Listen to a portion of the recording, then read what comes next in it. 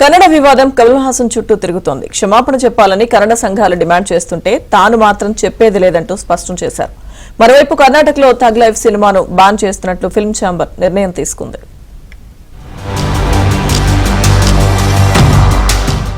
కన్నడ భాషపై నటుడు కమల్ హాసన్ చేసిన వ్యాఖ్యలు వివాదమవుతున్నాయి. థగ్ లైఫ్ సినిమా ప్రచార కార్యక్రమాల్లో భాగంగా కమల్ హాసన్ బెంగళూరులో కార్యక్రమం నిర్వహించారు. ఈవెంట్లో తమిళమే తన జీవితం ఆత్మ అంటూ ప్రసంగాన్ని ప్రారంభించిన కమల్ హాసన్ కన్నడ భాష తమిళ నుంచి పుట్టిందని వ్యాఖ్యానించారు.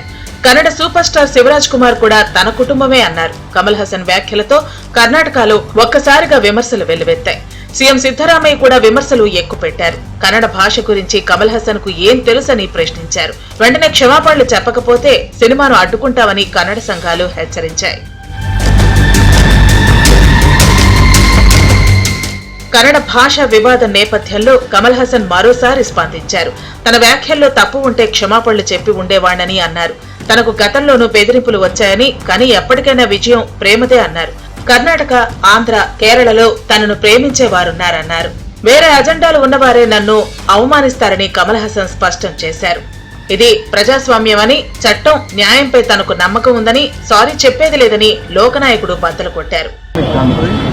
And I believe in law and justice, and I believe always love will triumph. And my love for Karnataka is true. My love for Andhra is true. My love for Kerala is true.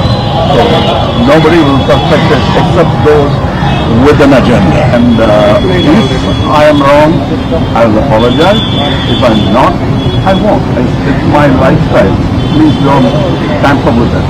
Kamal Haasan వ్యాఖ్యలపై కర్ణాటక వ్యాప్తంగా ఆందోళనల నేపథ్యంలో Karnataka film chamber of commerce కీలక నిర్ణయం తీసుకుంది. కమల్ హాసన్ నటించిన tug life చిత్రాన్ని ban చేస్తున్నట్లు నిర్ణయం తీసుకున్నారు. సినిమాను కర్ణాటకలో విడుదల చేయడానికి వీల్లేదని తీర్మానం చేసినట్లు సమాచారం.